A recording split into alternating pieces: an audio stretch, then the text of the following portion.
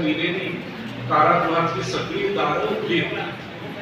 दारं उघडी झालेली आहेत आणि कारागृहातून वसुदेव देवकीचा निरोप घेतोय आणि बालकाला घेऊन बाहेर पडतोय तोच धो पाऊस पडत असतो, यमुनेला पूर आलेला असतो। आता यमुनेतून गोकुळात जायचं असं म्हणून हा वसुदेव विचार करतोय जाऊया पुढे जितकं जमेल म्हणून वसुदेव पुढे चालतोय। नदी दुथडी भरून वाहतीये, वसुदेवाच्या मस्तकापर्यंत पाणी येणार इतक्यात छोटसं ते बाळ स्वतःचं उजवं पाऊल बाहेर काढतोय आणि नदीला स्पर्श करतो। नदी धन्य होते, नदी वाट देते वसुदेवाला पुढे जाण्यासाठी आणि गोकुळापर्यंतची वाट मोकळी। वसुदेव सुरक्षितपणे गोकुळात जातो।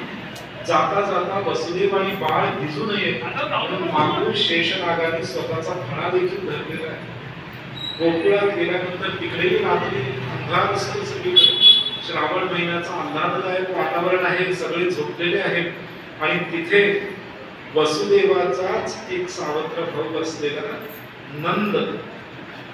नंद याच्या घरी त्याची पत्नी यशोदा देखील तिकडे प्रसूत झालीये आणि तिने प्रसूती होताच तिला गाढ झोप लागली। मुलगा झाला का मुलगी झाली तिला काहीच माहिती नव्हतं, तिला झोप लागून गेलेली। संदेश पाठवण्यात आलेला त्यानुसार नंद तयार असतो। नंद ताबडतोब वसुदेवाच्या हातातलं बाळ घेतोय आणि यशोदेच्या कुशीत ठेवतोय। यशोदेच्या कुशीतली मुलगी टोपलीत ठेवून डोळे भरून स्वतःच्या मुलीला पाहतोय आणि जवळ अंतःकरणाने वसुदेवाला देतोय।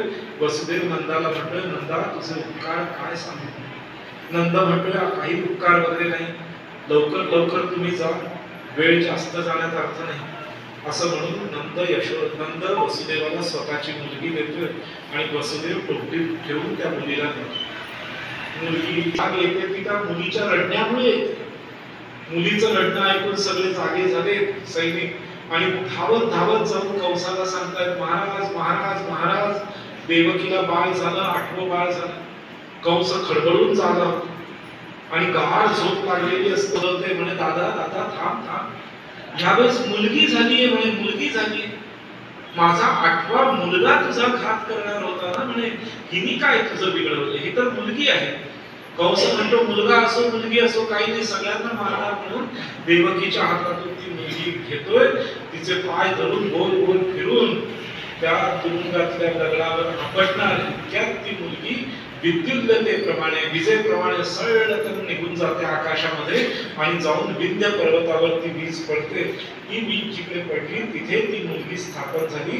कोण होती ती? साक्षात भगवती विंध्यवासिनीचं स्थान आणि जाता ती मुलगी आकाशवाणी करून जाते की हे कंसा, जो तुझा काळ आहे तो जन्माला आलेला आहे देवकीचा 8वा पुत्र आणि तो सुरक्षित आहे, त्यामुळे तुझा काळ निश्चित आहे असं म्हणून आकाशवाणी थांबते। कंस ताबडतोब दारवीर लावून तुरुंगात वसुदेव देवकीला टाकतोय आणि राजमहालामध्ये आपत्कालीन बैठक इमर्जन्सी मीटिंग लावतो। सगळ्या मंत्र्यांना बोलवलंय, या रे म्हणे, ताबडतोब या म्हणे।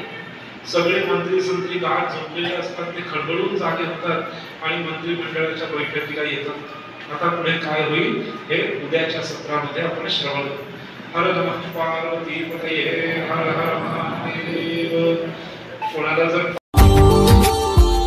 Subscribe now and press the bell icon.